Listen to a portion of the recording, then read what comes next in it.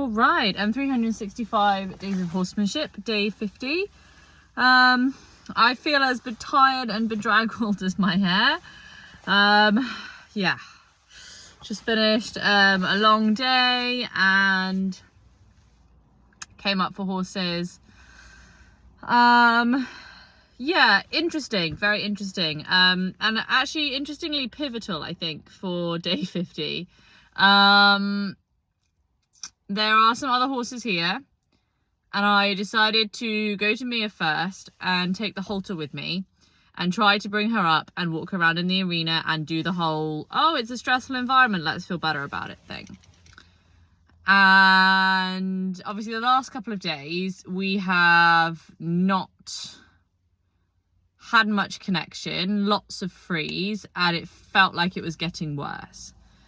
Today, went up with the halter and made the decision that because the freedom-based training had felt like it had not worked out very well, and the flow stuff hadn't worked out very well, perhaps I hadn't had the right timing, or it just felt really blocked.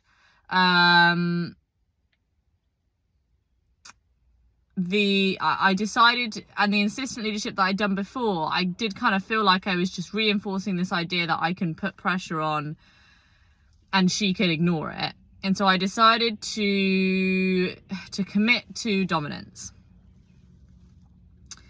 Dominance insofar as I was going to do as much as I needed to do to affect a focus change. I was not looking for her to decide to turn her head and be halted. I just was looking for, I want to put enough pressure on to you that you change your focus from this grass, because this is too much freeze. And interestingly, I did that a few times. It did take quite a bit to begin with, and the amount of pressure that I needed every time did decrease. And the more I did it, the more she seemed like she started to open up. And so that was really interesting. We had a nice moment at the end where I'd sort of pushing her a little bit, and she was kind of moving more. She was basically just moving away, but she wasn't running away. It was possible to still be in flow with her, and then I would be in flow with her for a little bit and then put some more pressure just on that hind end where I normally would, to turn her hindquarters towards me. Did that on both sides, as and when she moved and put me on either side. And yeah, progressively it got better, to the point where at one point I was in flow with her and she actually came and touched me and connected with me. There was like tension there, but it was good. It felt good. It felt better. It felt like she was opening up, like I had sort of caused her to feel like she could open up. So that was really good. I found a good moment to leave on. I found a nice moment of connection where I felt like she really turned to me, and we had a nice moment where we looked out across at the herd, and we had a couple of focus changes, and I was like, nice, that's a good moment to leave on.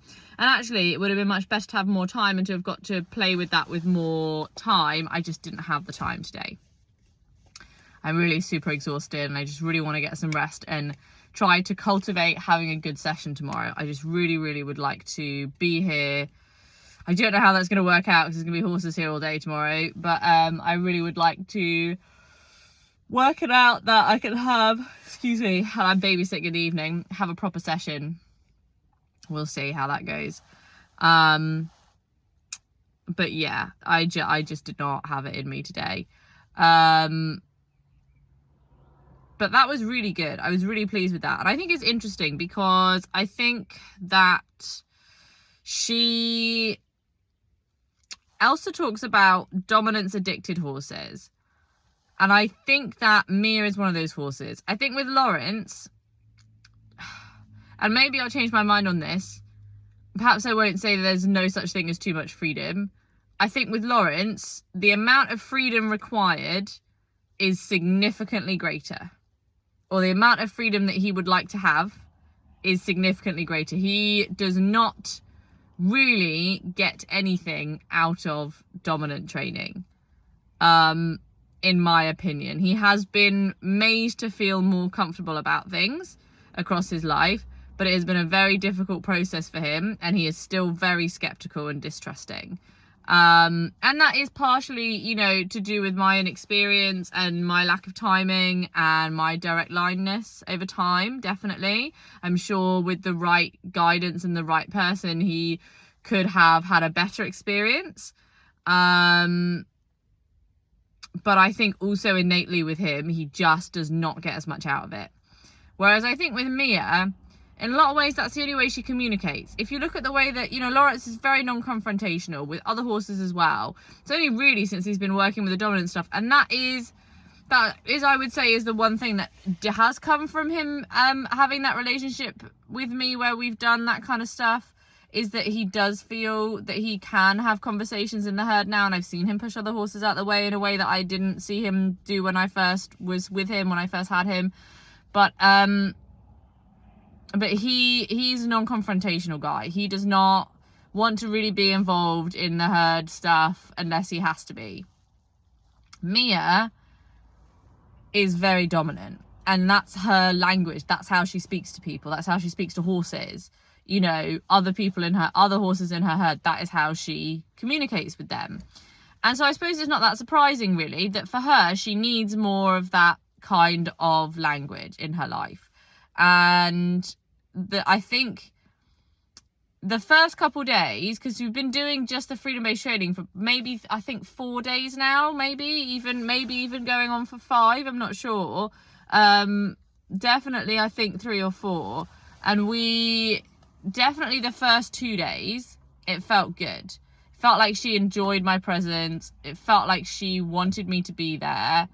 And it felt like she was in a place where we'd done some difficult stuff in the arena, and then we had balanced that with some freedom and some flow and some putting money back in the bank. And now it feels like at a certain point, we started to take money out of the account, or we stopped being able to access the account at all. Even more so than that, it was sort of felt like it wasn't that we didn't have money in it, was just we couldn't access it. You know, I couldn't get through to her. It was like it wasn't working anymore. Whereas today it felt like it was working, because we had that little bit more dominant play. It felt more, yeah, it felt like that's what she needed, was to connect with me today, to get out of that freeze. She needed to have a conversation like that, where I made some decisions for her. I think with Lawrence, you know, he's never had the opportunity to really make decisions. And so I think, you know, with the freedom stuff, it really gives him the opportunity to express himself, and he's very keen to do that. Mia is keen to do that, but I think innately she's quite shut down. Well, not innately. I think underneath everything, she's quite shut down, and I think that is, I think she feels that, you know, for her it is different. And I think I'm struggling with my words because it's really difficult to really put it into words, which is unusual for me. But yeah, I think she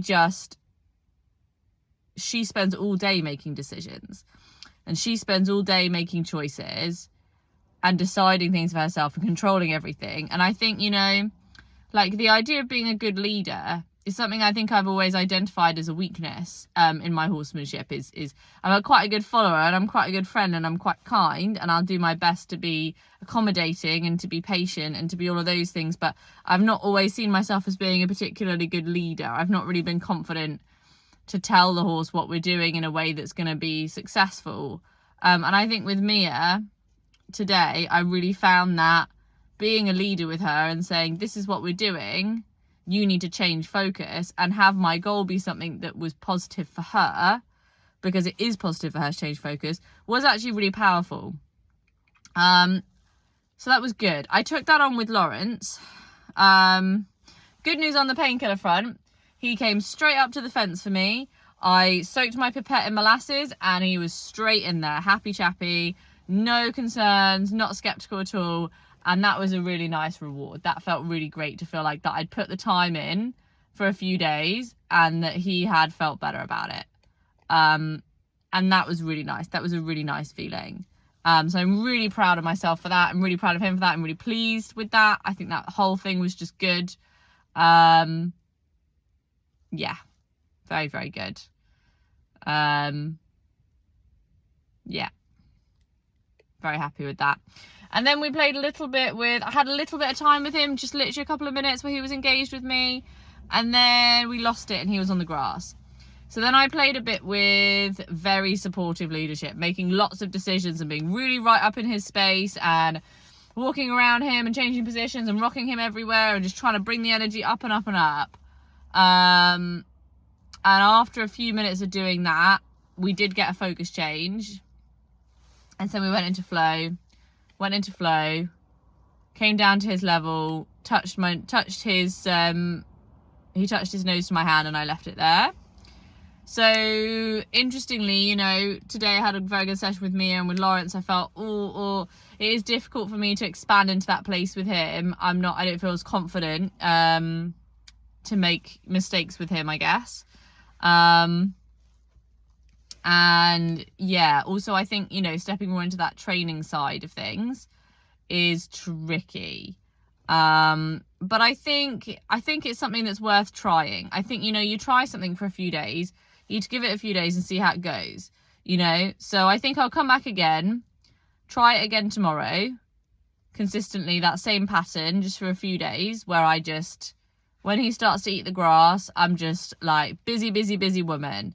And then as soon as he changes his focus, then I come back into flow with him, just to like help him to show him that he can sort of make those choices and like support me back into flow with him. And I think that's going to be the door opening to him engaging more with what's going on, because there's going to be something in it for him. So yeah, so we'll see how that goes. We'll see how that comes in. And I think for him, it's going to be about not doing too much, you know, stepping back the pressure as soon as I can, I think is I think what keeps it okay. What keeps it in the right energy, in the right direction. So we'll see. So overall, you know, a lovely day. Lovely to celebrate 50 days of this. This is, I mean, really just unprecedented, to be honest. I'm so exhausted and overworked at the moment that I can't really like even fathom the fact that I've been doing it for 50 days. You know, I've filmed this 50 times now. Like, that's amazing. You know, it's really, really amazing. And I'm really, you know, pleased and proud of myself, and just really, yeah, just happy about it. So yeah, I can't wait to see what the next 50 days bring us.